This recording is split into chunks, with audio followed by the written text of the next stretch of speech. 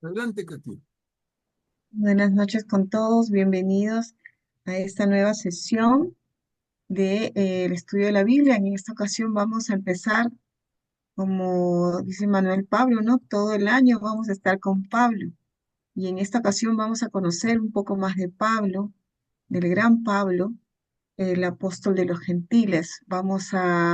Con esta introducción que Manuel Pablo hará el día de hoy, vamos a poder un poquito comprender y entender a Pablo en sí como persona y luego poder comprender esas cartas, ¿no? Que son, como Manuel Pablo ya nos lo va a ir mostrando, cada uno tiene un mensaje para algo específico, ¿no, Manuel? Y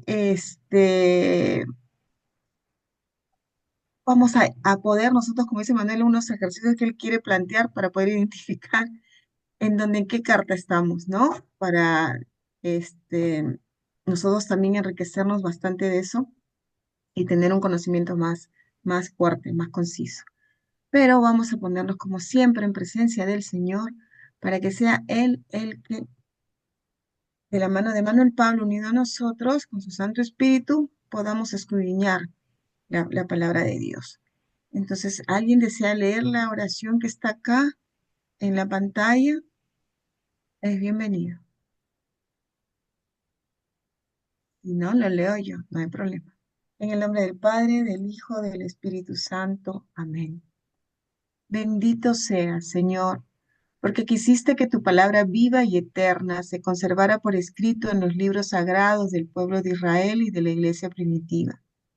Nosotros los veneramos con espíritu filial, reconociendo en ellos tu voz, que sale a nuestro encuentro a fin de revelarnos tus misterios más íntimos. Gracias a tu palabra, permanentemente actual y de inagotable riqueza, te conocemos a ti, el único Dios verdadero. Que el Espíritu nos enseñe a interpretar correctamente tu palabra y que haga brotar de nuestro corazón el deseo de meditarla, abriendo nuestra alma para alabarte, darte gracias, implorarte y pedirte perdón. Amén. En el nombre del Padre, del Hijo, del Espíritu Santo. Amén. Adelante, Manuel Pablo, empezamos. Gracias, Katia. Buenas noches, hermanos. Vamos a ver entonces Pablo de Tarso, su vida y su mensaje. De una manera bastante general, diríamos que introductoria, a la lectura de todas sus cartas. Vamos a ir entrando en algunos detalles. Yo les pediría que si bien esta reunión no vamos a leer la Biblia, en la próxima sí, pero hoy día no. Pero les pediría que igual intervengan, igual participen, igual comenten, igual planteen alguna inquietud para que sea participativa y dinámica. Que no sea solamente un rollo que yo me mande, que eso le aburre a cualquiera. ¿Ok? Entonces, a ver,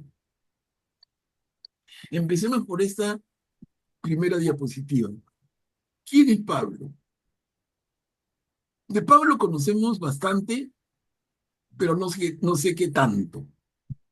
Conocemos bastante, ¿por qué? Porque casi todos los domingos en misa, la segunda lectura es una carta de Pablo, ¿no? O versículos de una carta de Pablo.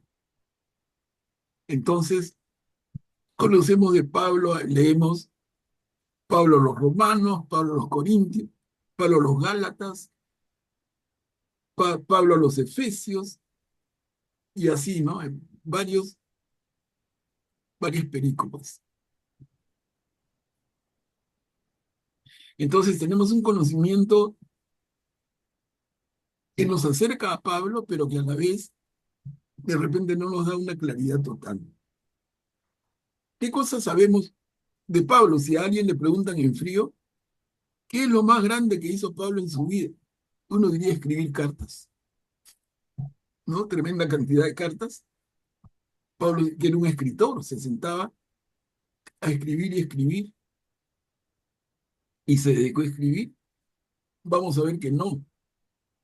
Pablo se dedicó mucho más que a escribir, a hablar, a dar, a dar testimonio, a formar con su verbo, con su palabra. Pero nos quedan de él sus cartas. Y felizmente y gracias a Dios que nos quedan esas cartas que son extraordinarios testimonios y extraordinarios documentos, incluso de teología cristiana. Entonces, ¿quién es Pablo? Miren, aquí Pablo mismo se define, Pablo se define a sí mismo en la carta a los Hebreos, capítulo 22, versículo 3.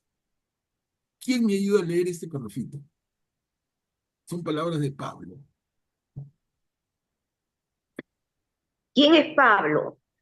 ¿Puedo leer, profesor? Claro, Frecia. Grande precio. Yo soy judío, natural de Tarso de Cilicia, aunque educado en esta ciudad, Jerusalén, instruido con toda exactitud en la ley de nuestros antepasados, a los pies de Gamaliel, entusiasta de Dios, como lo son todos ustedes actualmente. Gracias, Frecia. Miren, acá hay varias cositas que Pablo dice de él mismo. Y esto le da mucho valor. Dice, yo soy judío. En ese sentido, es del mismo origen que Jesús y sus 12 apóstoles. Ahora, segunda cosa que dice, soy natural de Tarso, de Cilicia. Vamos a ver en el mapa en un ratito dónde queda Tarso. Pero lo que les adelanto es que no está en la tierra de Israel. ¿Ok? Entonces, no es como decir Galilea, Samaria o Judea o alguna ciudad que de estas regiones de Israel. No, Tarso está fuera de. ¿Dónde? Lo vamos a ver en un mapa. Pero les adelanto, entonces. Uno, Pablo es judío. Dos, es de una ciudad de la diáspora. Es una ciudad fuera de Israel. Y tres, dice, aunque educado en esta ciudad, dice Pablo, y yo añado Jerusalén, porque está, cuando leemos el libro de Hechos, nos damos cuenta de desde dónde está hablando. Entonces, tercera cosa que dice así, yo diría, no, yo soy judío, soy natural de Tarso y educado en Jerusalén. Mira, cuarta cosa, en Jerusalén fue educado, pero ¿por quién? Y nos dice nada menos que por Gamaliel. Recuerden ese nombre, Gamaliel, y Gamaliel no es cualquiera. Vamos a ver en un minuto quién es Gamaliel. Y además dice de él, soy entusiasta de Dios como lo son todos ustedes actualmente. O sea, se está dirigiendo a personas del pueblo judío y a convertidos en seguidores de Jesús. Y esto lo sacamos, como leemos aquí, del capítulo 22 del libro de Hechos, versículo 3, así tal y cual. No le cambió nada, lo único que le ha añadido es Jerusalén entre paréntesis, porque eso no lo dice, pero se sobreentiende por el contexto en el cual Pablo escribe esto. Entonces es judío, natural de Tarso, educado en Jerusalén, tuvo como maestro a Gamaliel y es un entusiasta de Dios. Miren, un súper resumen que nos presenta 5 elementos distintivos de Pablo, que él lo menciona como que tiene en común varios de ellos con las personas que leen su carta o la escuchan, porque en ese tiempo la carta era más escuchada que leída, ¿no? Alguien la leía en voz alta y eran muchos los que escuchaban. Un poco como se hace en las lecturas de la misa en nuestra iglesia, que uno se sienta y salen los lectores, las lectoras, y leen las lecturas y con el oído los demás atendemos. Y por eso de paso es que es tan importante que la lectora o el lector estén preparados, que hayan leído antes 1 o 2 veces para que lo lean con fluidez, con entonación, pronunciando bien las palabras. Un segundo punto, así de arranque, hermanos. Muchos decimos y escuchamos decir que Pablo que perseguía a cristianos. Ustedes me dirán, sí, yo también lo he escuchado, yo lo creo, pero les pregunto ahora, para que esta reunión sea conversada, sea dialogada, ¿no? ¿Pablo perseguía a cristianos? Como pregunta, ¿qué le parece? Respuesta breve, pero a ver, para medir un poco la temperatura del ambiente, ¿no? ¿Les parece que perseguía a cristianos? Manuel Pablo. Sí, adelante. Sí, era un perseguidor de los cristianos porque los cristianos eran como una nueva secta que se estaba formando y que eran vistos con cierta inquietud por los judíos. Entonces, él había recibido el encargo de la autoridad de perseguirlos. Eso es lo que sabemos por las lecturas, ¿no? Uh-huh. A ver, gracias, Guillermo. ¿Alguien más, hermanos? Uno que necesita más por ahí.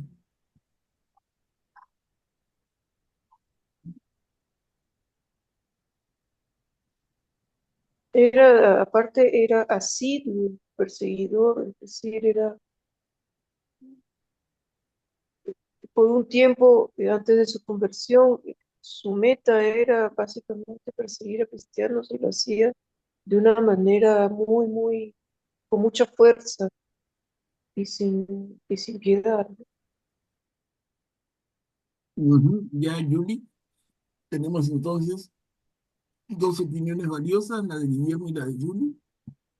Y yo les pregunto sobre eso mismo. ¿Y para qué los perseguía? ¿Qué quería hacer con ellos? ¿Asesinarlos? ¿Torturarlos? ¿Para qué los perseguía? Digamos que los atrapaba y ¿qué hacía con ellos? Son preguntas fáciles, pero miren, ¿ah? Fundamentales. O sea, Los llevaba detenidos, perdón, los llevaba detenidos claro, ¿para qué? para evitar que compartan sus creencias. O sea, ¿qué buscaba hacer con ellos? Castiguen, eh, ¿Cómo, Silvia? que que los no crecían. castiguen. Llevaba a los detenidos a Jerusalén para que sean castigados. Castigados. Ya, Para cambiar de religión. ya. A ver, Augusto. Me gusta esta piedra la palabra. Probablemente también buscaban encarcelarlos para que dejaran de extender esta nueva doctrina, este nuevo cristianismo, ¿no? Que se estaba expandiendo, y lo vemos no precisamente con Pablo, pero vemos comportamientos similares que hicieron con Pedro, ¿no? Cuando lo encarcelaron, y bueno, fue liberado, gracias a Dios, antes de llegar a una sentencia peor, ¿no? Ya. Mire, interesantes opiniones. Y yo les voy a ver, es para que pensemos. No hay otra intención. Y para que pensando se nos quede más claro, dicen la figura de Pablo.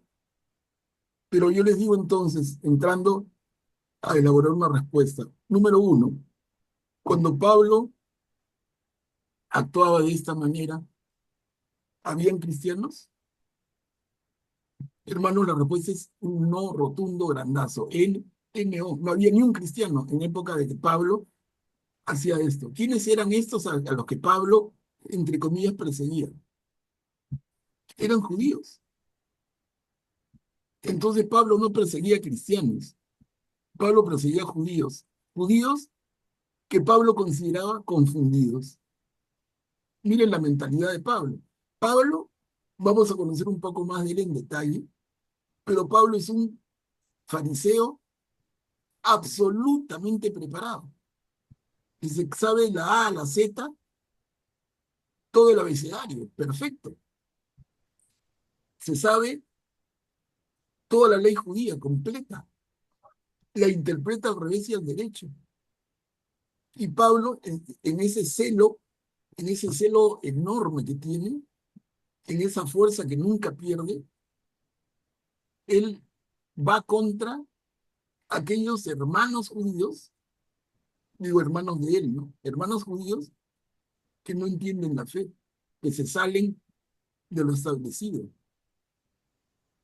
Diríamos en términos más generosos, persigue judíos confundidos, ¿no? Entonces Pablo no hace otra cosa.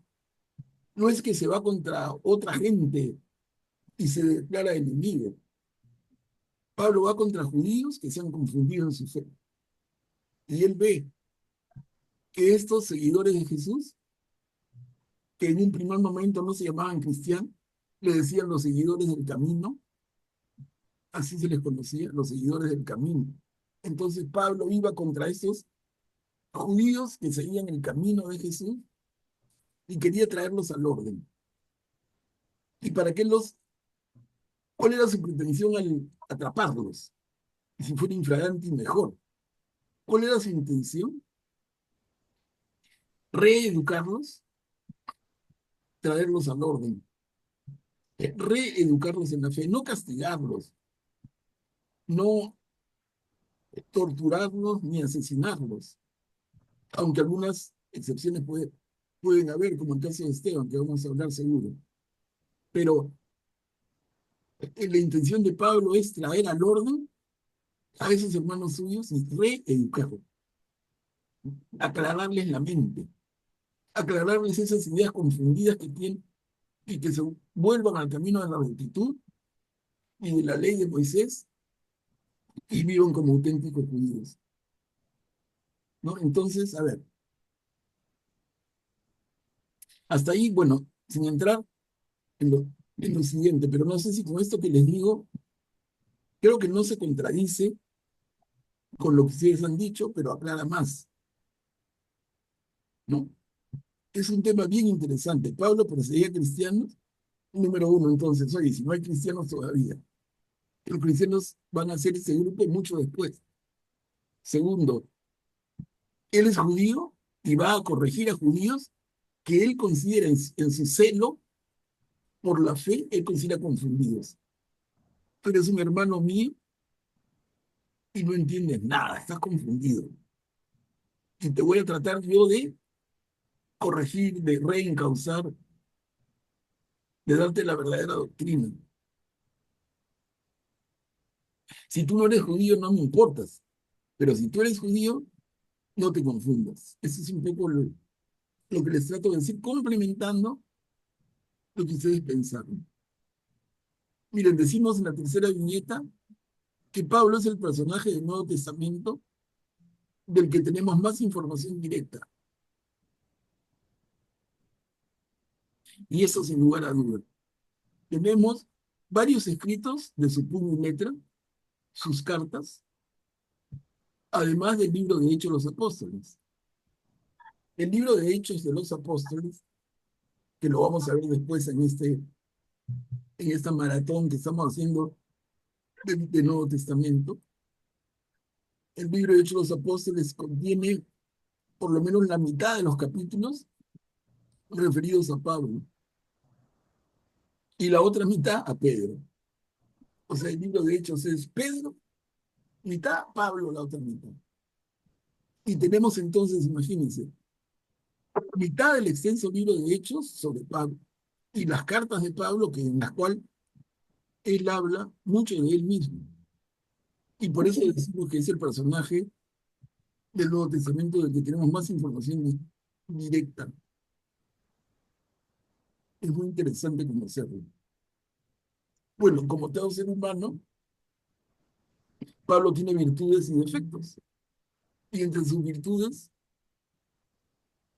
señalamos, por ejemplo, que es muy comprometido, absolutamente, honrado y tenaz. Y como defecto, si cabe decirlo, es que es demasiado radical y obstinado. Pero miren, esas virtudes y esos defectos en Pablo, interesante, lo vamos a poder ver más adelante, no son después de lo que llamamos la conversión de Pablo. Son características de él antes y después de conocer a Jesús. Pablo era así. Y cuando Pablo perseguía cristianos, entre comillas, tenía esas virtudes y estos defectos. Y cuando Pablo se vuelve un tremendo apóstol de Jesús, sigue teniendo esas virtudes y esos defectos. Sería interesante. Es él en su esencia como ser humano. Y en ese sentido, él se mantiene firme. Por eso, adelanto, algunos autores piensan que es exagerado hablar de una conversión de Pablo, porque Pablo siempre fue así. En fin, lo vamos a dejar para más adelante. Pero miren cuántos temas hay para el diálogo. Manuel Pablo, un favor, yo tuve que salir por problemas de internet, ¿me podrías hacer otra vez?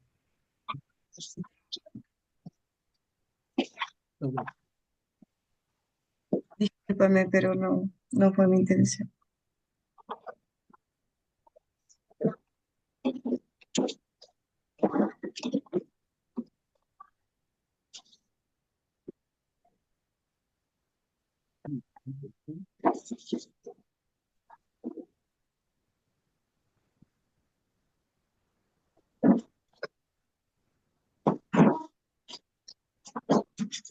Ahí está. ¿Ya? Ok, gracias, muy amable, disculpa.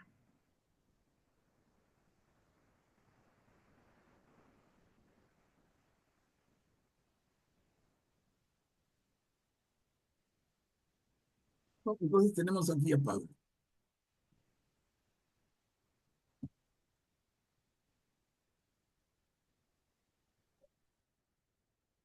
Una de las cosas que dijimos de Pablo, que él dice de sí mismo, es que dice: yo soy judío, natural de Tarso, de Cilicia, educado en Jerusalén, a los pies del maestro Gamaliel, ¿no? Entonces, Gamaliel es un personaje que no es cualquier maestro. Y por eso le dedicamos una diapositiva como que fuera gran honor. Pero Gamaliel es un tremendo personaje de su época. Les digo, tremendo, gigantesco. ¿Quién fue Gamaliel? Fue un célebre fariseo que ejerció gran autoridad entre sus contemporáneos. Fue además doctor de la ley y miembro del Sanedrín. El Sanedrín, que viene a ser como el poder legislativo del pueblo judío. Mire, Gamaliel fue representante de los liberales entre los fariseos.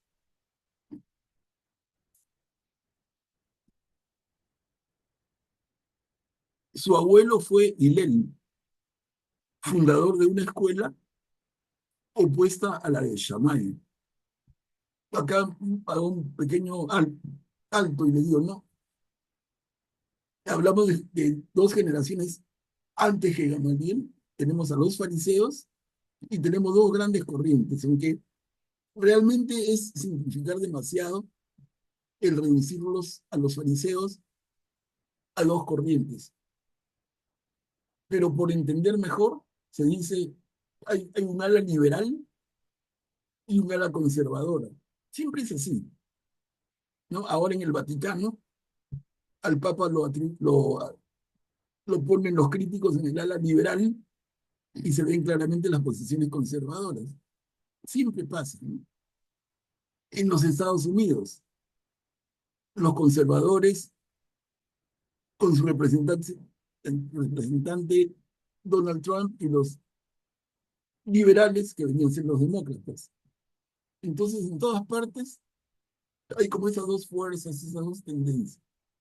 Y los liberales vienen de un tremendo fariseo que fue Hillel. Y los conservadores tiene como fundador de la escuela a Shammai. Bueno, este Gamaliel, en época de Pablo, en época de Jesús, es nieto de Hillel y maestro fariseo. Obviamente, maestro fariseo liberal. La posición entre liberales y conservadores parecería ser muy clara, pero no lo es. Porque, por ejemplo, un tema delicado como el matrimonio, tú podrías decir, el conservador dice, el matrimonio no se disuelve, y el liberal dice, normal, divórciate, ¿no? Eso sería lo que uno pensaría. Pero en ese caso específico, los conservadores de Shammai hablaban con mucha facilidad del divorcio, y los liberales con Hillel y con su nieto Gamaliel eran mucho más conservadores. El matrimonio no se disuelve. ¿Qué es la posición cristiana? El matrimonio no se disuelve salvo con determinados causales, que son contaditos.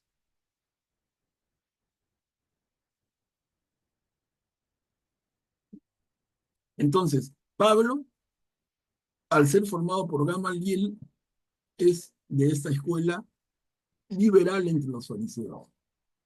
Les decía hace un momento que es muy simplista pretender reducir a dos corrientes a los fariseos, porque realmente eran mucho más. Prácticamente cada fariseo tenía una propia institución. Cada fariseo tenía su propia libertad y opinaba de todo. Cuenta un dicho muy popular en Israel, que ahí donde se juntan dos fariseos hay tres opiniones. Dos fariseos, tres opiniones. Son bravos, son discutidores. Difícilmente se ponen de acuerdo. Miren el temperamento judío. Discutidores como ellos solos. Lo que uno dice, el otro lo niega. Lo que uno dice, el otro lo cuestiona. Son tremendos. Bueno, este Gamaliel es el que formó al joven Saulo de Tarso en el judaísmo. Por eso le decía, no es un detalle menor, ¿no? En el marco de la vida, de las influencias que recibe Pablo, él es primero judío, pero de una ciudad de fuera de Israel, y dos, formado desde muchachito por este tremendo maestro que tiene esta tendencia liberal.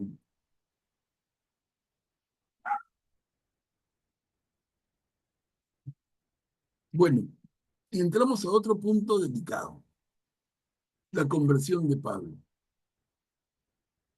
Este es un famoso cuadro, Pablo cayéndose del caballo, aunque en la Biblia no dice nada de un caballo. O sea, Pablo se cayó del caballo, se cayó caminando, pero en fin, la representación artística, pictórica, es esta. El cuadro más famoso de todos los que han pintado sobre Pablo de Tarso.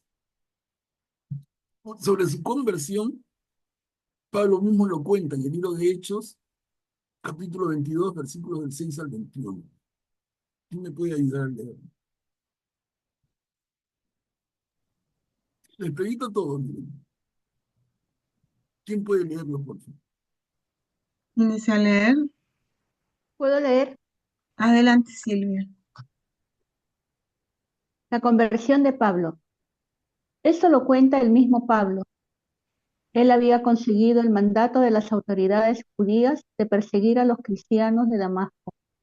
Mientras viajaba a ese destino, un resplandor del cielo, que solo él vio, le hizo caer dejándolo ciego, mientras oía una voz que decía: Saulo, Saulo, ¿por qué me persigues?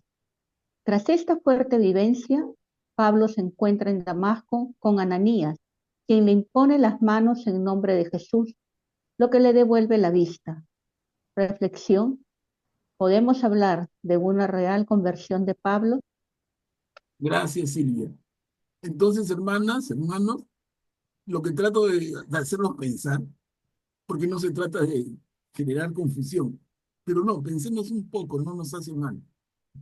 Nosotros hablamos de la conversión de Pablo, pero Pablo ya era de un temperamento que mantiene después de este encuentro con el Señor, con Jesús resucitado. y él nos los cuenta. Él había conseguido el mandato de las autoridades judías de perseguir a los cristianos de Damasco. Pero miren, ya aclaramos que no eran cristianos, no se llamaban así, pero en fin. Y lo segundo, no es que las autoridades le dicen, Pablo, anda, haz esto. No, Pablo busca que le den el permiso. Pablo busca, oye, autorícenme a traer a esos hermanos descarriados, a esos hermanos confundidos, para traerlos al orden. Pablo está en camino a Damasco. Recordemos que Damasco queda en Siria, al norte de Israel. Damasco es una ciudad que la vamos a ver en el mapa en un ratito también. Damasco es una ciudad al norte de Israel, al norte de la región de Galilea, fuera de la tierra de Israel. Esta voz le dice, Saulo, Saulo, ¿por qué me persigues? Y es la voz de Jesús que le habla. Ese es el encuentro de Pablo con Jesús resucitado. Una experiencia maravillosa. Tras esta fuerte vivencia, Pablo se encuentra en Damasco con Ananías, que era un judío seguidor de Jesús. Ananías, resumiendo, le impone las manos en nombre de Jesús, lo que le devuelve la vista. Entonces acá dejo la reflexión, simplemente para que cada uno la piense más. Podemos hablar de una real conversión de Pablo, es que Pablo se convierte, Pablo cambia, o es el mismo Pablo, con Jesús al frente. En fin, les digo, es todo un tema, y hay una serie de autores muy interesantes que se cuestionan esto. No, no son dos o tres disparatados. Es una posición bien seria de estudiosos de la Biblia, católicos, que dudan de lo que le sucede a Pablo, sea en el sentido pleno una conversión. Él no se convierte, está con el mismo Dios, el mismo Yahvé, en su mismo temperamento, en su mismo celo, pero con Jesús al frente. Les digo entonces como para pensarlo.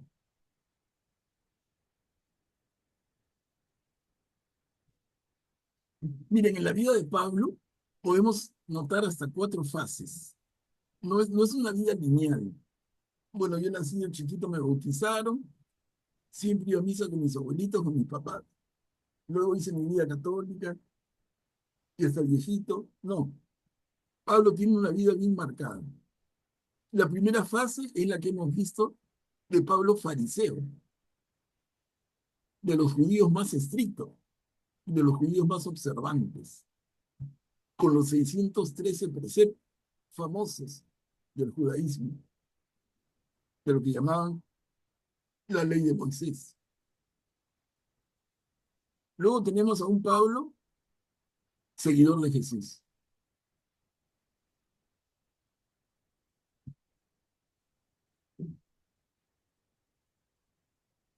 Pablo, luego de este encuentro con Jesús resucitado, vive un proceso personal intenso y se convierte en seguidor de Jesús.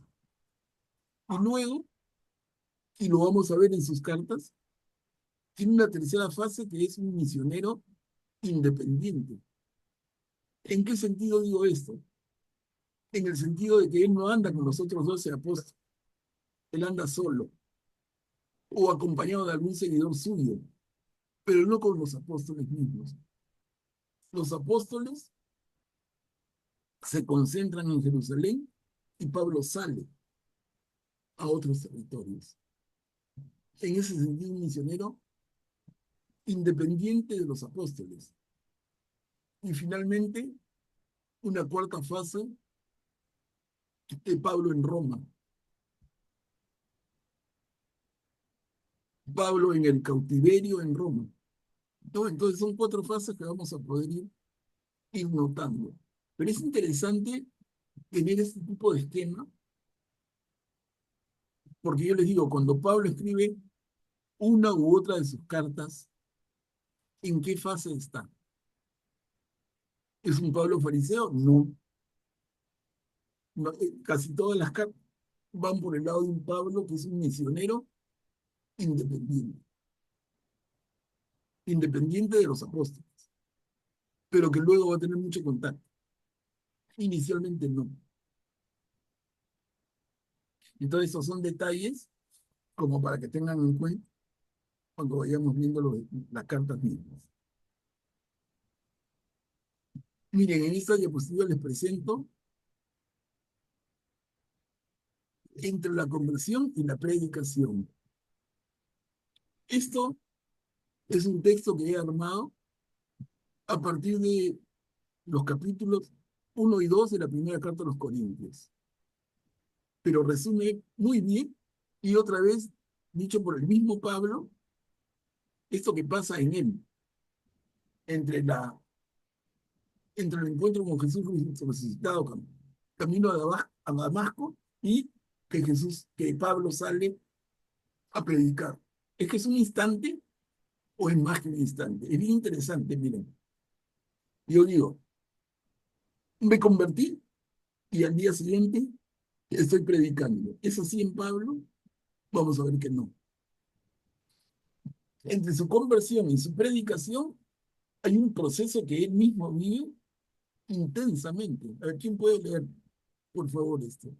Maru, si quieres, leo Kate. Ya. Entre la conversión y la predicación. Sin subir a Jerusalén para ver a los que eran apóstoles antes que yo, me fui a Arabia y después regresé a Damasco. 3 años más tarde, fui desde allí a Jerusalén para visitar a Pedro y estuve con él 15 días. No vi a ningún otro apóstol, sino solamente a Santiago, el hermano del Señor. Después pasé a las regiones de Siria y Cilicia. Las iglesias de Judea y que creen en Cristo no me conocían personalmente, sino solo por lo que habían oído decir de mí. El que en otro tiempo nos perseguía, ahora anuncia la fe que antes quería destruir. Al cabo de 14 años, subí nuevamente a Jerusalén. Les expuse el evangelio que predico entre los paganos, en particular a los dirigentes, para asegurarme que no corría o no había corrido en vano. Capítulos 1 y 2 de la primera carta a los Corintios. Gracias, Luisa. Miren qué interesante. O sea, Pablo se convierte, que es un tema que se discute, pero digamos, Pablo tiene ese encuentro con Jesús resucitado. Pablo conoce a Jesús y dice, entre ese momento y la predicación pasa esto. Y es poco tiempo, es un instante, se convirtió y su cabeza se llenó de luz y por su lengua salían todas las palabras. No, miren, hermanos, y es escrito por Pablo mismo, ni siquiera que lo dijo Lucas en Hechos. Acá es de la primera carta a los Corintios, es Pablo mismo, sin subir a Jerusalén para ver a los que eran apóstoles antes que yo. Me fui a Arabia. Arabia está al sur de Siria, Damasco está en Siria. Cuando dice me fui a Arabia y después regresé a Damasco, es que él, al irse al sur de Damasco, hermanos, agárrense de la silla, se va al desierto. La conversión de Pablo, este proceso de conversión, que no es un instante de que se cae, le viene la luz, es una forma muy simple de verlo, es un proceso intenso. Pablo se va al sur, se va al desierto, estamos hablando del sur de Damasco, pero al este de Israel, en el desierto que era difícil de cruzar. Por eso los asirios, los babilonios, entre otros, cuando conquistan Jerusalén, tienen que subir y bajar del norte, porque el desierto, les he mostrado mapas, está al medio. Pablo va ahí, va al desierto, que es sintomático, ¿no? Como Moisés y el pueblo en el desierto, como Jesús y sus 40 días en el desierto, y como nosotros cuando vamos a un retiro, que vamos a un desierto. Pablo se va al desierto y luego regresa a Damasco. Y dice, 3 años más tarde, hermanos, por favor, 3 años, no un día, 3 días. 3 años más tarde, fui desde ahí a Jerusalén para visitar a Pedro. Recién el primer encuentro de Pablo con Pedro es 3 años después de este acontecimiento de que conoce a Jesús resucitado y que Ananías lo alivia de la ceguera y seguramente lo evangeliza, lo catequiza como primera catequesis que recibe. 3 años va a visitar a Pedro, dice, y estuvo con él 15 días. 15 días, 2 semanitas. No vi a ningún otro apóstol sino solo a Santiago, el hermano de Jesús. Después pasé a las regiones de Siria y Cilicia, otra vez al norte y fuera de Israel. Y dice, las iglesias de Judea y que creen en Cristo no me conocían personalmente, pero dices, ¿qué iglesia? No, pues la iglesia es comunidad, ¿no? Entonces, las comunidades de Judea y las que creen en Jesús no me conocían personalmente, sino solo porque habían oído decir de mí. El que en otro tiempo nos perseguía, ahora anuncia la fe que antes quería destruir. Él es plenamente consciente. Eso que tiene como una marca. Oye, ese que nos perseguía ahora nos quiere enseñar y catequizar. Y miren, el tercer párrafo del texto que armé. Al cabo de 14 años, subí nuevamente a Jerusalén. 14 años, hermanos. 14 años, un montonal de tiempo. ¿Y qué hizo en Jerusalén? Les expuse, ¿ya a quién? Les expuse a los apóstoles, a los dirigentes, ¿no? De esa iglesia de Jesús, de esa gran comunidad de Jesús.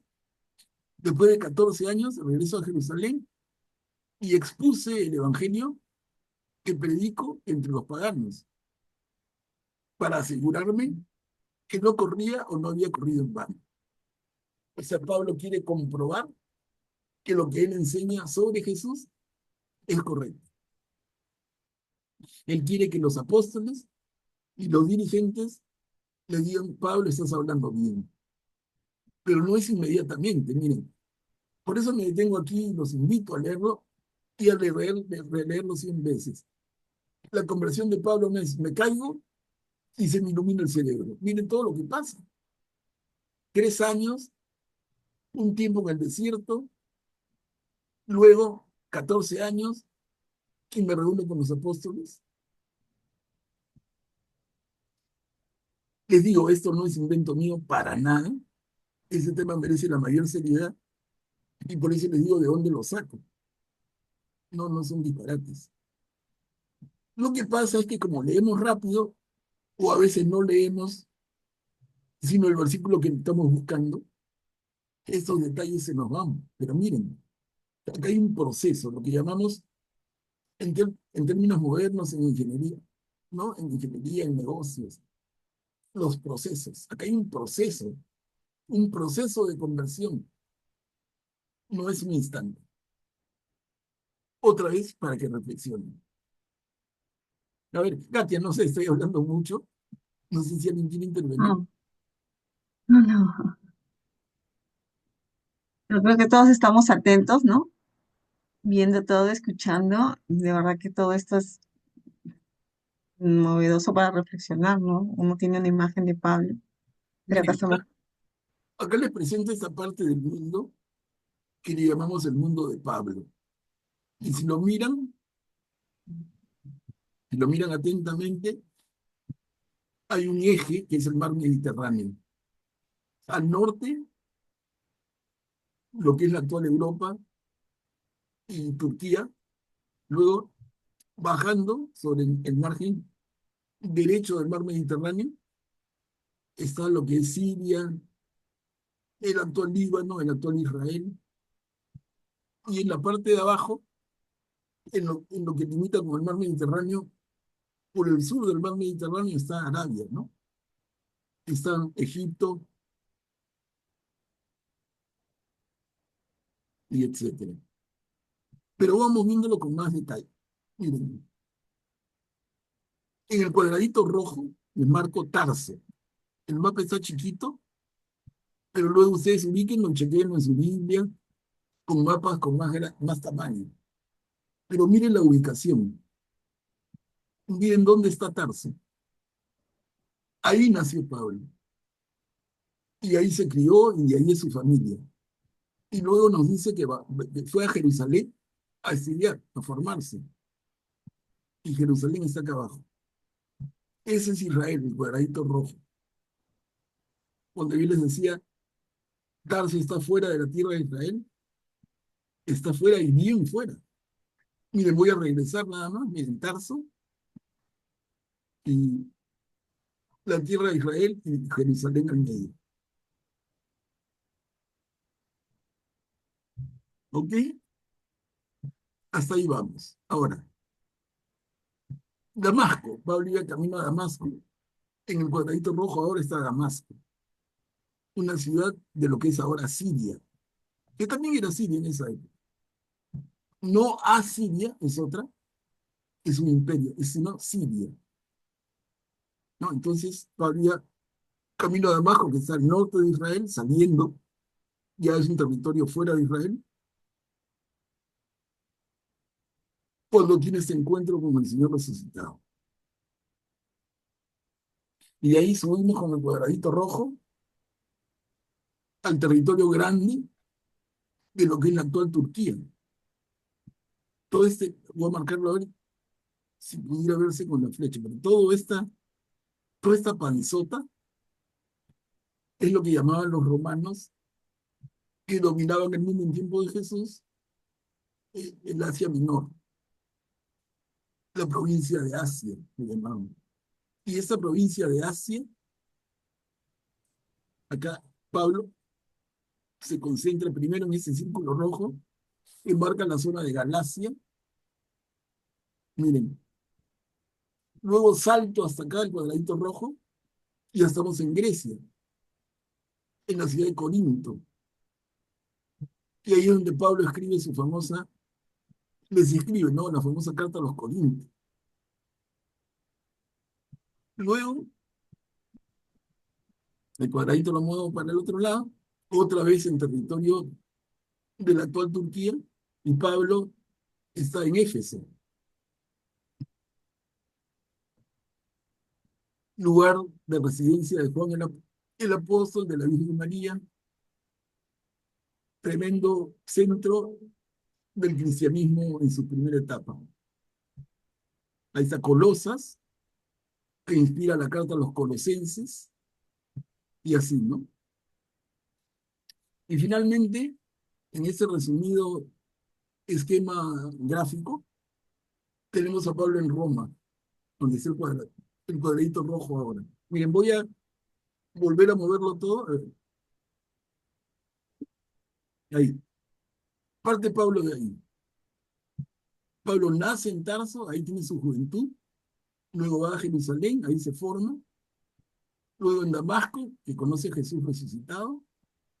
Luego en la provincia de Asia, con los Gálatas, con los Corintios, en la ciudad de Corinto en Grecia, con Éfeso, los Efesios, en Colosas con los colosenses, y luego su último viaje sin retorno. El cuarto viaje es el viaje sin retorno en Roma. ¿No? Entonces he tratado de hacer esto para ayudarles un poco a ubicarnos en el mapa, que creo que es fundamental, porque de verdad que sin mapa uno se pierde muy fácil. Se le hace un sancochado en la cabeza. No es como que nosotros, casi todos peruanos, y te dicen Trujillo, Arequipa, Ica, Piura, y tú te ubicas. Huancayo, Iquitos, Puno, Cusco, tú te ubicas. Pero si no es como que fuera el mismo punto, como que estoy yendo de Miraflores de San Isidro. No es así, ¿no? No es así. Entonces, ese mapa que era el mundo del Imperio Romano, el mundo conocido en esa época, ya lo estamos manejando un poco. A ver, hasta ahí alguna consulta, Katia, algún comentario, se entiende, ¿no? Sí, sí, no, no hay manitos. Y ya, miren, acá tenemos el primer viaje misionero de Pablo. Este viaje le toma de los años 45 a 48 de nuestra era. Recordemos que Jesús sufre su pasión y resucita alrededor del año 30. Acá estamos entre el 45 y el 48. Pablo sale de Antioquía de Siria, llega al norte de la tierra de Israel, ¿no? Y está con la flechita roja el recorrido de su primer viaje, que es un poco lo que les decía yo en términos mucho más sencillos en las diapositivas anteriores con la cajita roja, pero acá tenemos un poquito más de detalle. Interesante notar que en este primer viaje Pablo no sale de Jerusalén, ni de tierra israelita. Pablo sale de Antioquía. Y no sale solo. En este primer viaje, Pablo sale con un seguidor de Jesús, de toda la confianza de los apóstoles, que era Bernabé. Recuerdan, ¿no? Este personaje importante. Entonces, Pablo viaja con Bernabé. Se suponía que en este primer viaje, Bernabé era el principal y Pablo su ayudante. Se suponía en el papel, pero en la práctica, desde el comienzo no fue así. Pablo fue el importante. Tremenda personalidad, tremenda fuerza y tremendos argumentos. Miren, en el interín de este primer viaje, al terminar el primer viaje, y alrededor del año 50, se produce el primer concilio de la Iglesia. Así como hablamos del Concilio Vaticano II, el Concilio de Nicea, Constantinopla, tantos concilios. El primer concilio es el Concilio de Jerusalén. Años 50, o sea, 20 años después de la pasión y la resurrección de Jesús. Este concilio, esta reunión para definir temas importantes, fue impulsado por Pablo mismo. ¿Y por qué? ¿Qué problema había enfrentado Pablo en su primer viaje con Bernabé que lo provoca a pedir que se reúnan en Jerusalén? Y fue que si los paganos convertidos al cristianismo estaban obligados a cumplir la ley de Moisés, que incluía 613 preceptos, incluyendo la circuncisión. ¿No? Ese es un tema realmente tremendo en la primera iglesia. Los paganos que van a combinar con nosotros, que se quieren convertir a seguidores de Jesús, tienen que circuncidarse. Entonces lo que va a llamar Pablo los judaizantes van a decir sí. Si tú quieres convertirte en un seguidor de Jesús, tienes que pasar primero por ser judío. Es como la aduana, ¿no? ¿Quieres entrar a mi país? Pasa por la aduana. Entonces, ¿quieres venir en tu paganismo al ser seguidor de Jesús? Compadrito, pasa por ser judío, obligado. Y ser judío son 613 preceptos, uno de los cuales, y fundamental, es la circuncisión. Una circuncisión sin anestesia a adultos en esa época, con piedritas, ¡ay, la ley! La infección, el dolor tremendo, el riesgo de muerte, sin anestesia, sin bisturí, sin mil cuidados, ¿no? Era terrible. Entonces, ¿qué sucedía en la práctica? Y Pablo lo nota en este primer viaje. Pablo ve que un montón de gente que lo escucha, a él y a Bernabé, se quedan fascinados con el mensaje de Jesús. Les encanta, quieren seguir a Jesús. Pero hay quienes les dicen, no, no puedes, hermano. Porque para venir a seguirnos, para venir a incorporarte a los nuestros, tienes que circuncidar.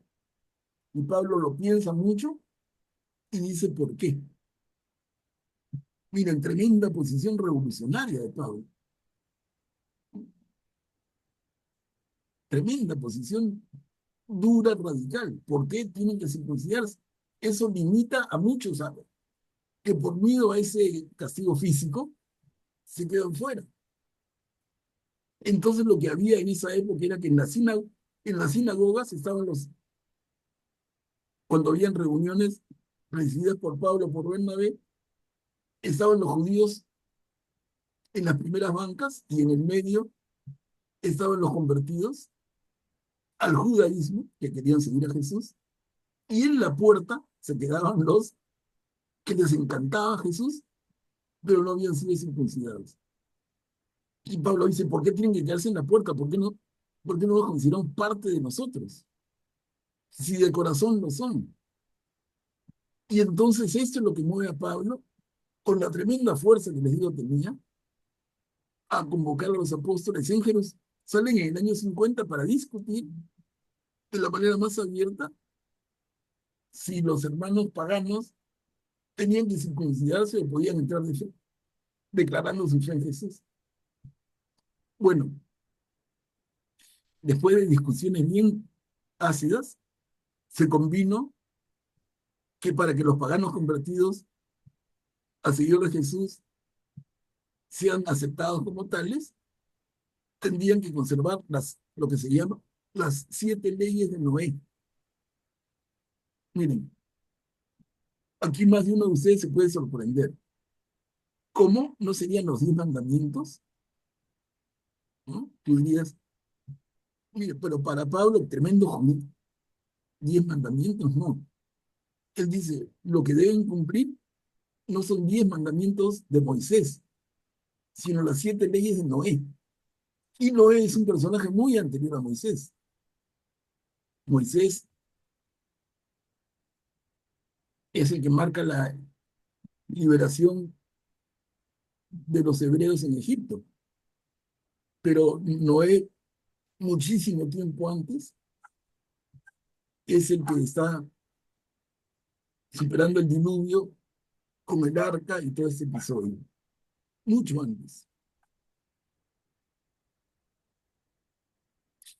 Noé es mucho antes que Moisés, pero mucho antes que Abraham, inclusive. Y eso lo pueden revisar en sus Biblias. Ahora, ¿cuáles son esas 7 leyes de Noé? Que, como digo, para algunos de ustedes podría ser sorpresa, pero que se establecen en el primer concilio de Jerusalén. Son las reglas básicas que debe convertir el pagano para ser aceptado como cristiano. Además, obviamente lo fundamental es declarar su fe en Jesús. Pero luego, miren, ¿quién las puede leer, por favor, las 7 leyes?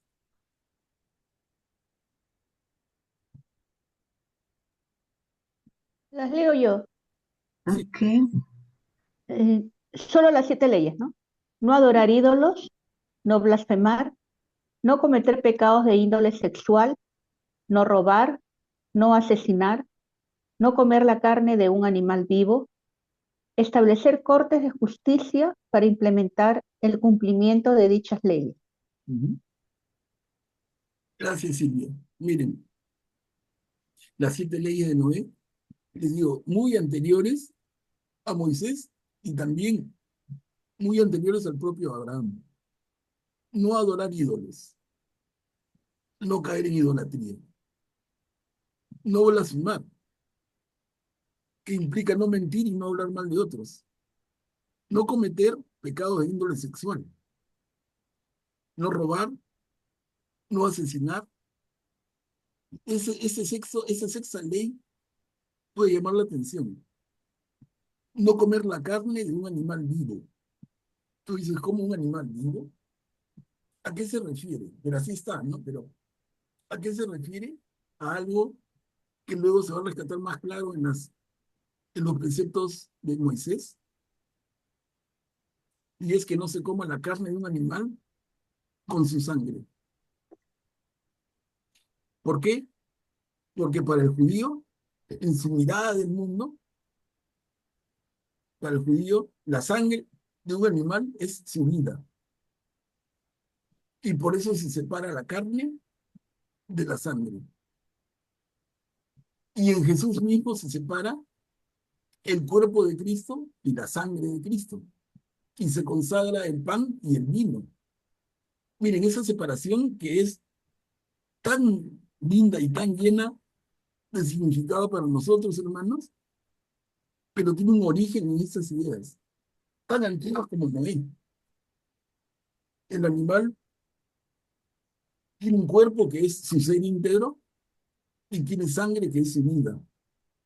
No comas no comas al animal con su sangre. Y por eso es que en la práctica judía hasta ahora, ellos tienen tanto cuidado en la preparación de los alimentos, como sacrifican al animal que va a llegar a su mesa y cómo separan la sangre. Es un cuidado, el kosher famoso, ¿no? La comida kosher.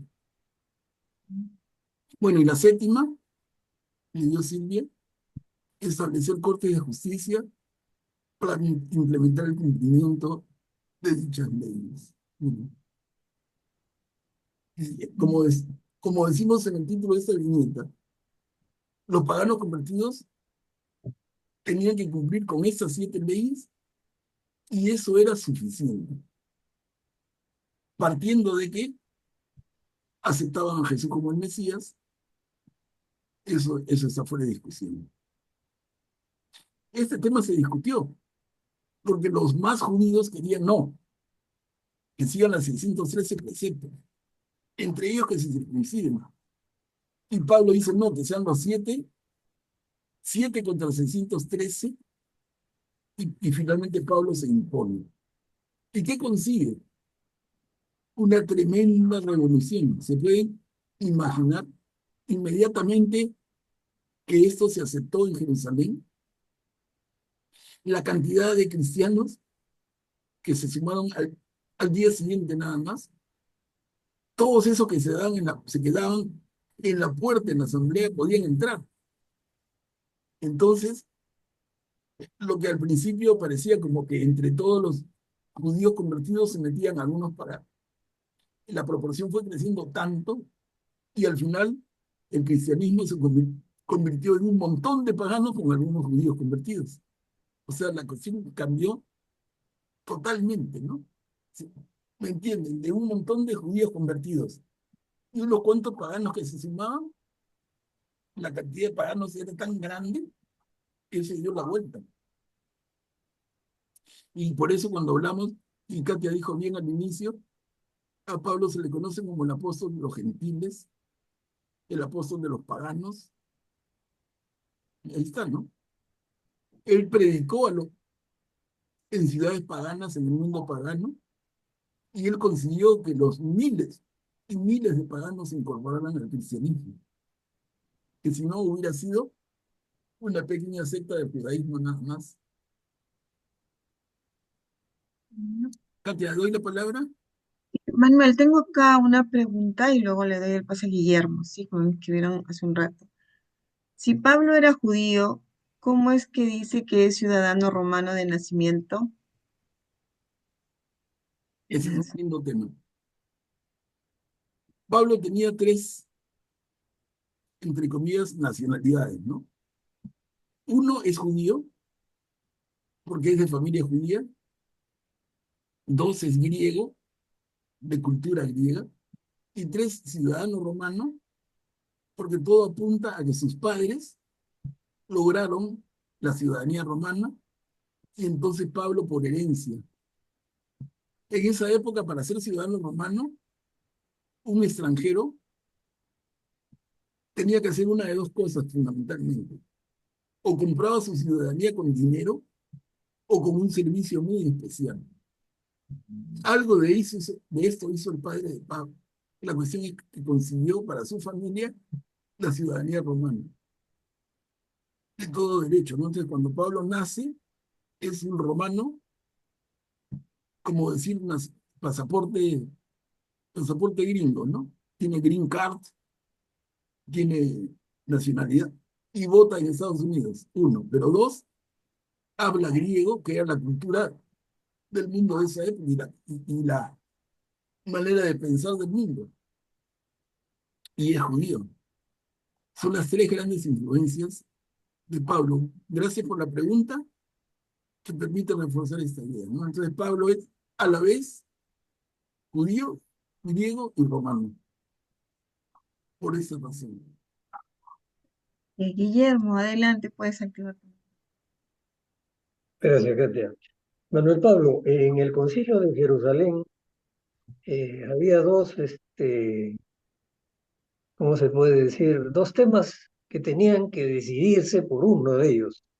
Si los paganos convertidos estaban obligados a cumplir con la ley de Moisés, los 613 preceptos, incluyendo la circuncisión, o si la otra propuesta era la de Pablo, que solamente observaran las 7 leyes de Noé. ¿Y cómo se llegó al acuerdo? ¿Cómo fue que se combinó? ¿Existía una votación democrática como las conocemos ahora? ¿Quiénes eran los que votaban? ¿Todos los presentes? ¿O había que registrarse, tener alguna eh, certificación que le daba la calidad de poder elegir entre una u otra postura? ¿Cómo era, por favor? Me interesa saber eso. Mira, Guillermo, no, es una buena pregunta. No se tiene a ciencia cierta un detalle como tú quisieras, pero yo diría, en términos generales, parece que fue el voto de los apóstoles. Más sería inventar. En lo que yo he podido investigar, que es un poco bastante, no he encontrado más detalle. ¿Cómo fue? La asamblea votó, porque votaban, ¿no? Por ejemplo, cuando escogieron a Matías como el 12º apóstol en reemplazo de Judas, el que se mató, hubo un voto. Hubo un voto y por mayoría ganaron dos. Nunca era un finalista, ganaron dos. De los dos, la práctica judía era, eso lo hacemos un sorteo. Suena feo decir un sorteo, bueno, así era la práctica. Lo pusieron en suerte, dicen, ¿no? A ver, una pajita más corta, la más larga, ¿quién saca la más grande? Bueno, y así salió Matías elegido y dejaron al otro porque quedó en su función anterior. Este tipo de prácticas existían. Existía la votación y la decisión de Dios a través de las suertes. En este caso no se tiene mucho más detalle, pero seguramente que votación hubo.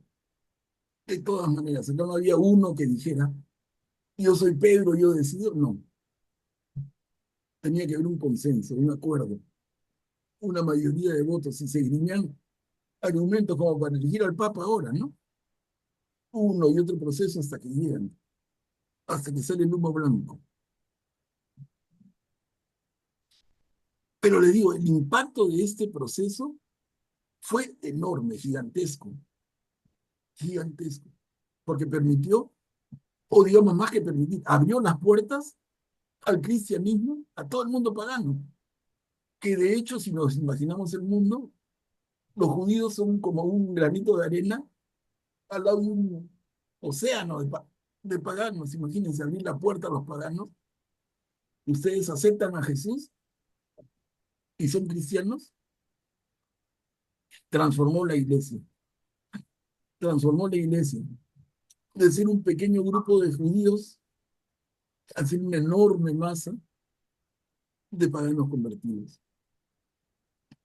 O sea, el sentido, el impacto político concreto de esto fue gigantesco. Creo que se puede entender. Ahora, si quieren leer un poquito más de esto, yo les refiero en el pie de la diapositiva al capítulo 15 del libro de Hechos y al capítulo 2, versículo 4 de la carta a los Gálatas. Dentro de lo poco que se puede encontrar, ahí está.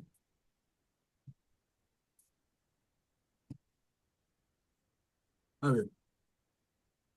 Bueno, habíamos hablado del primer viaje de Pablo, hasta el 48, ¿no? Bueno, ese segundo viaje misionero del 50 al año 52. Ese viaje otra vez, igual que el primero, ojo, parte de que ya el Concilio de Jerusalén ha concluido en lo que hemos comentado. Entonces ellos salen, ya Pablo se pelea con Bernabé, es muy chistoso eso. ¿Por qué se pelea Pablo con Bernabé? Si eran personas maduras, creyentes, firmes seguidores de Jesús. Se pelean por un muchachito que los había acompañado en el viaje, que se llamaba Marcos, alucinante. Marcos era un muchacho malcriado que quería a su mamá y quería que lo engrían. La mamá parece que era sobrino de Bernabé, Marcos. Entonces, muy sobreprotegido, muy cuidado por su mamá. Su mamá parece que es esta famosa María de Jerusalén que prestó la casa para la última cena, como detalles. Pero bueno, la mamá de Marcos le pide a su primo Bernabé que forme a su hijo, que los acompañe en el viaje. Bernabé acepta y Pablo no tiene problema, pero en el primer viaje Marcos les hizo tantos problemas que cuando terminaron el primer viaje Pablo dice, dejo a Marcos, ya no lo quiero. Y Bernabé se puso del lado de Marcos y al final terminaron separándose. Y ese segundo viaje ya lo emprende Pablo sin Bernabé. Siempre va a tener gente que lo acompañe, pero ya no es Bernabé. Igual que el primero, ese segundo viaje sale de Antioquía, de Siria, ¿no? A Tarso, su ciudad de origen, y como entra a la zona de Asia, hoy Turquía, mira el recorrido enorme, entra a Grecia, a Corinto, Éfeso, y regresa a Jerusalén. Por eso, como alguno de ustedes he comentado, yo digo, esta tierra para uno de nosotros debería ser del máximo interés si pudiéramos viajar y conocer. Para mí, les digo personalmente, mi mayor interés es Turquía, incluso antes que Israel. En Turquía se formó el cristianismo. Y acá lo estamos mirando en este mapa. Miren el esfuerzo de Pablo en lo que se llama Turquía ahora, que en esa época era la provincia romana de Asia, ¿no? Miren, tremendos recorridos, pueblo por pueblo. Sus cartas, todas son dirigidas allí.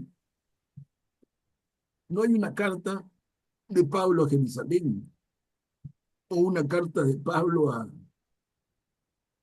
ninguna otra ciudad de Israel, ¿no? Todas son cartas a ciudades de lo que son Turquía o Grecia. Bueno, y Roma, de todas maneras. El Hermano tercer, Pablo, sí, hay una pregunta, dice, ¿este Marcos es el de los evangelios? El que claro, él escribió mismo, por eso digo lo chistoso, ¿no? El muchachito malcriado que origina la bronca entre Pablo y Bernabé es el joven Marcos, que no es el evangelista. Bueno, para terminar la historia rápido, Marcos con Pablo no tuvieron muy buenas migas, ¿no? Sobre todo de parte de Pablo, que era cascarrabias. Y Marcos, cuando madura, ¿con quién se va? Con Pedro. O sea, Marcos es el gran ayudante de Pedro, en la vida adulta de Pedro, en la vida del apóstol Pedro. Marcos es un buen ayudante, ¿no? Entonces, Pedro muere sin dejar un evangelio, pero Marcos, que lo había seguido todos los días, atentamente, había escuchado todos sus discursos e interpretaciones, Marcos escribe el evangelio. Por eso decimos que tranquilamente el evangelio, según Marcos, podría ser el evangelio según Pedro. Es como que Marcos transmite lo que había escuchado de Pedro día tras día durante años. pero podría haber sido de Pablo, no se pelearon, pues. Pablo lo despachó al toque, un muchacho malcriado. Después ya seguramente Marcos maduró y se convierte en tremendo personaje, y es incluso un mártir, pero en ese momento no. Acá tenemos el tercer viaje de Pablo del año 53 al 58. Otra vez viene y sale de Antioquía de Siria, por Tarso y el recorrido por todo lo que es la actual Turquía. Miren, sube y baja, viene y regresa, entra a lo que es Grecia, está su famosa visita a Atenas, la capital griega, donde se da, y vamos a leer en el libro de Hechos de los Apóstoles más adelante, su discurso en el Areópago. Ese discurso maravilloso de Pablo, cuando Pablo habla del Dios desconocido, magistralmente. Él se para en el Areópago, en la plaza principal de Atenas, el corazón de la filosofía, y les dice: yo quiero felicitarlos, porque ustedes honran, porque había visto en el camino, ¿no? Había visto el monumento al Dios desconocido. Y Pablo dice: yo quiero felicitarlos porque ustedes honran al Dios desconocido. Y yo se los quiero presentar, ¿no? Y les habla de Yahvé y de Jesús. Y lo tratan de atrevido y lo sacan casi a patadas, ¿no? Pero brillante Pablo. Eso sucede en Atenas y luego su visita a Corinto, donde se queda un tiempito, establece una comunidad y luego envía hasta 2 cartas, que son de magnífico contenido. Miren, sus movimientos, sus viajes. En este tercer viaje, Pablo realiza una gran colecta y por eso que llega hasta Jerusalén de regreso, y llevando el resultado de la colecta para ayudar a los pobres de Jerusalén. ¿Ya? Y el cuarto viaje, que es un viaje de ida y sin retorno, que le llamamos el viaje de la cautividad, en el año 61, y Pablo sale de Jerusalén y con destino a Roma, para ser juzgado por el emperador. Ya veremos más adelante detalles de esto, pero el tema en el fondo es que Pablo pide, cuando lo acusan: no, yo soy ciudadano romano, tengo derecho a que me juzgue el emperador. Ok, lo llevan ante el emperador, vive varios años en Roma, no es un proceso de un día, y en Roma no está pues preso entre 4 paredes, tiene cierta libertad. Lo que vendría a ser como un arresto domiciliario, pero flexible, con visitas. Y ahí se especula mucho, incluso hay algunos que afirman, pero no hay mucha base, que Pablo, en el tiempo que estuvo en Roma, se dio su escapadita hasta España. Les digo, son conjeturas. Pero hay gente muy bien posicionada que afirma esto, ¿no? Hablan de Pablo en España, año 61. Bueno, vamos a ver las cartas de Pablo a partir de la próxima. Miren, las cartas de Pablo acá están en relación, pero como podemos ver, están divididas en 2 grupos y esto es bien interesante. Hay un primer grupo, son 7 cartas, cartas paulinas, y un segundo grupo, que son 6 cartas, que son cartas deuteropaulinas. Alguno de ustedes habrá escuchado que Pablo tiene 14 cartas. Bueno, desde ya eliminamos la carta a los hebreos, porque hace mucho tiempo que toda la iglesia acepta que la carta a los hebreos no es escrita por Pablo, entonces quedan 13. Pero los estudiosos determinan esta separación muy clara.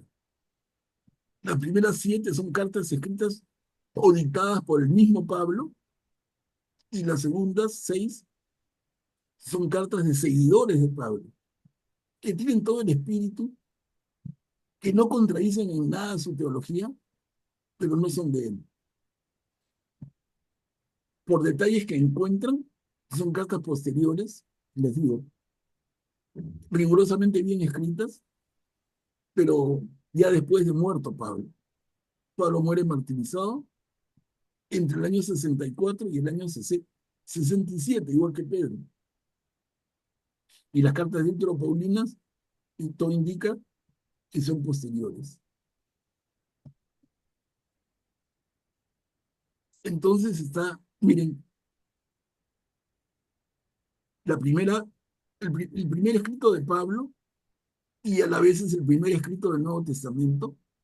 Es interesante decir que las cartas de Pablo se escriben antes que ninguno de los evangelios. En nuestra Biblia nosotros abrimos Nuevo Testamento y encontramos Evangelio según Mateo, ¿no? Lo primero que encontramos. Bueno, ya hemos visto que el Evangelio según Mateo no es el primer Evangelio, es el segundo. El primero es el Evangelio según Marcos. Pero antes que el Evangelio según Marcos, estaban escritas esas 7 cartas. Antes que ningún otro escrito. Primera a los tesalonicenses, primera y segunda a los corintios, primero a los carta a los filipenses, carta a los gálatas, carta a los romanos y carta a Filemón. Y luego cartas escritas por discípulos de Pablo, pero que la Biblia acepta absolutamente y son canónicas y son inspiradas. Están segunda Tesalonicenses, Colosenses, Efesios, primera y segunda Timoteo y Tito.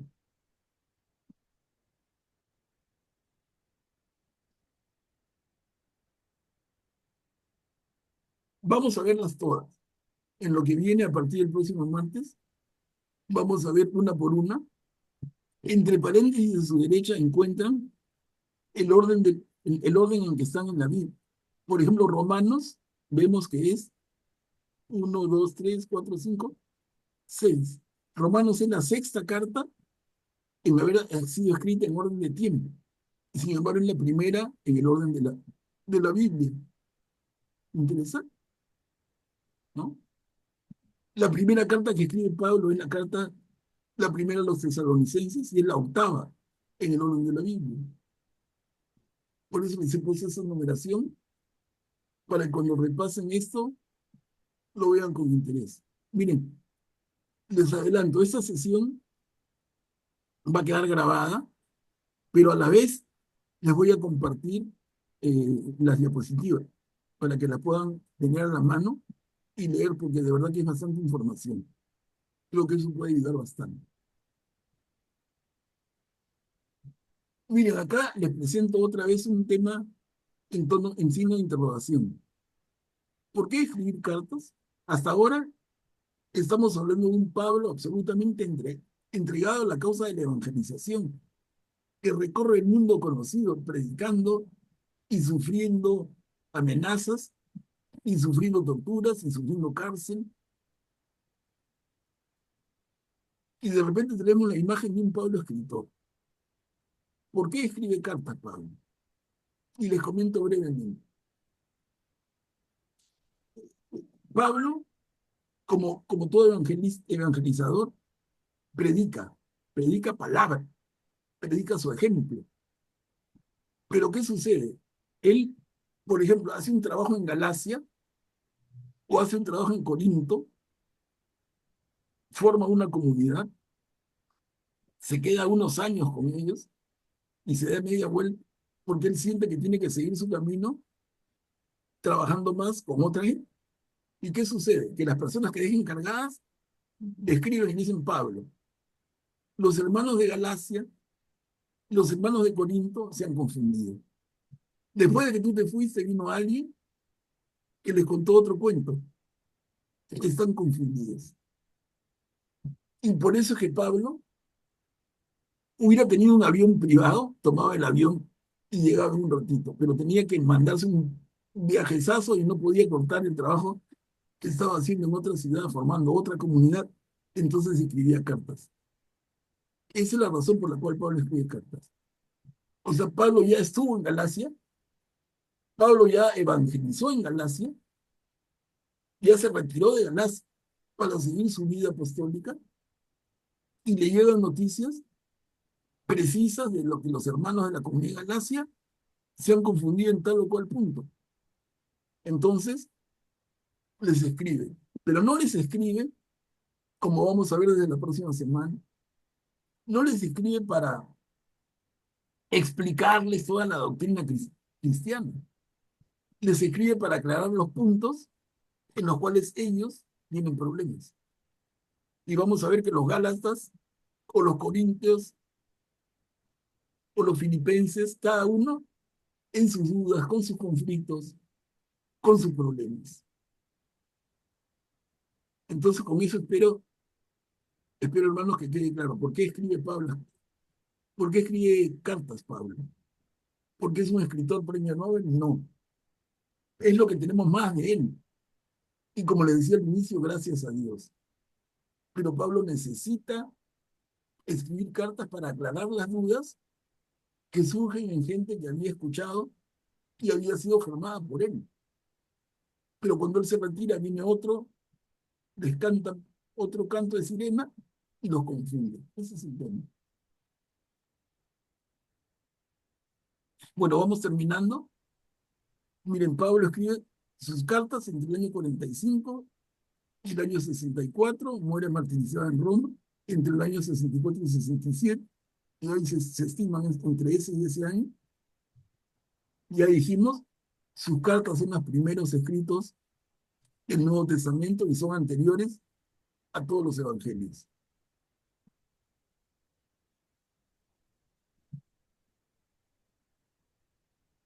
Esto es muy lindo, miren. Para Pablo, la oferta de Dios, y es algo que nos instruye a nosotros hoy todavía. Miren, la oferta de Dios la separa. Para los paganos, es que el pagano está condenado por no seguir a Jesús si no lo conoce. Entonces, para el pagano, la oferta de Dios es ajustarse a las leyes de la naturaleza.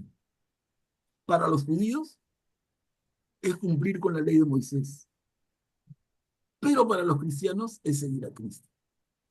Y en ese sentido es muy claro.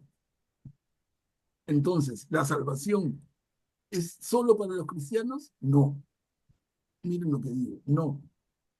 Si eres cristiano, tienes que seguir a Cristo. Pero si eres judío, cumple los preceptos judíos. Y si eres pagano, ajustate a la ley de la naturaleza. Miren la fuerza y la claridad y la mente de Pablo. Y terminamos con esto.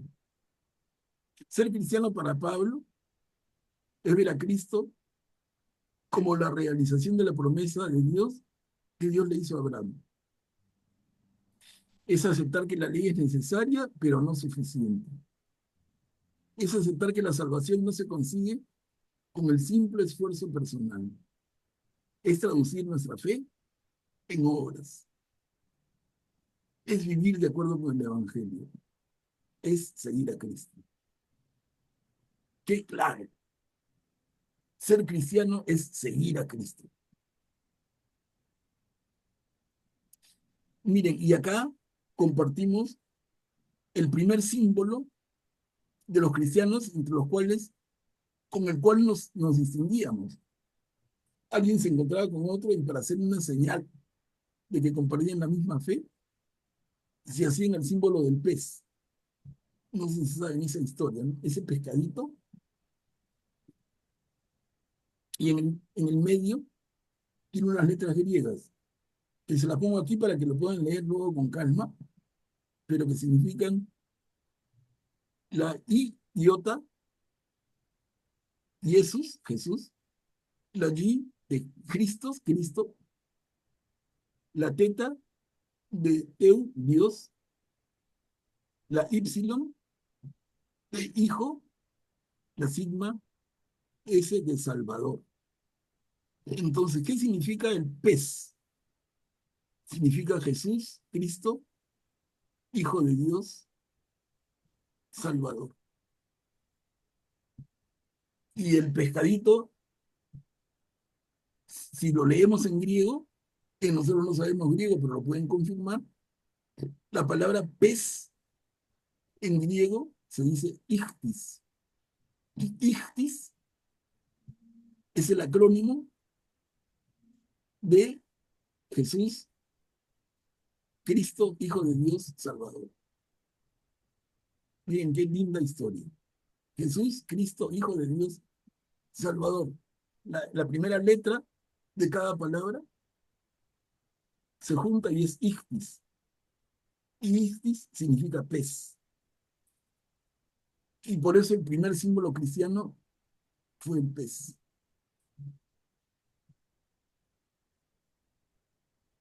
Bueno, hermanos, hasta aquí lo que habíamos preparado y justo alcanzado el tiempo, pero con las rejustas. Esa es una introducción bastante general, pero creo que sirve, porque luego vamos a entrar el próximo martes a leer versículo por versículo cada una de sus cartas paulinas y paulinas. Nos tomará un buen tiempo, pero son una delicia al paladar. Como dice un amigo cristiano, es como comer manjar blanco, dice él. Y me hace mucha gracia, pero de verdad, ¿no? Es como agarrar tu baldecito y tu cucharita y deleitarte. Eso es Pablo, es un deleite maravilloso. Pero he tratado de presentárselos de manera general y luego podremos confirmar o corregir cosas que les he dicho que no ha habido ahora mucha oportunidad de diálogo, ¿no? No sé, Katia, si hay algún comentario final. Y te están agradeciendo en el chat.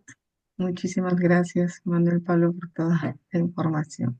Mira, esta, eh, esta charla, que parece ya una charla, igual se va a subir al, al WhatsApp.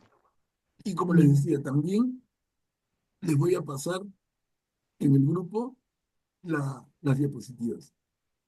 Como hay bastante información, que lo puedan leer y mirar, marcar, mucho mejor. Ay, gracias, Manuel Pablo, porque lo que hago es también pegar en el cuaderno. Voy revisando, voy subrayando. Bueno, cada uno tiene su forma. Muchísimas gracias, Manuel. En la siguiente clase, ¿qué carta veremos?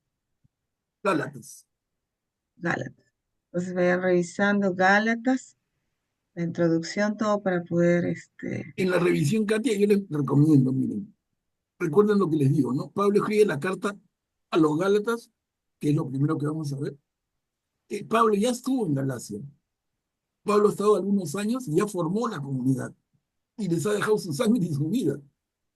Y luego se retira para seguir su trabajo misionero y se entera, porque no faltan los chismositos que en buena hora que le dicen, Pablo, están confundidos. Pablo piensa en esto, Pablo piensa en lo otro. Y Pablo se amarga y los corrige. Y por ahí van a leer una tremenda frase cuando Pablo dice, Gálatas insensatos.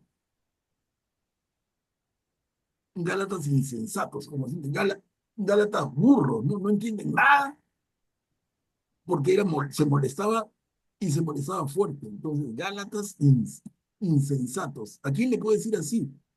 A una comunidad con la que él ha trabajado y que luego se están perdiendo. ¿Por qué son tan burritos? ¿Por qué son tan tontitos? Y se dejan confundir. ¿No les dejé todo claro? Tengan en cuenta eso cuando lean y van a disfrutarlo mucho más. gracias. Sharon, entonces el otro martes vamos a empezar con Gálatas. Bueno, hermanitos, siendo las 9:40 de la noche, vamos a darle gracias al Señor por esta sesión de hoy día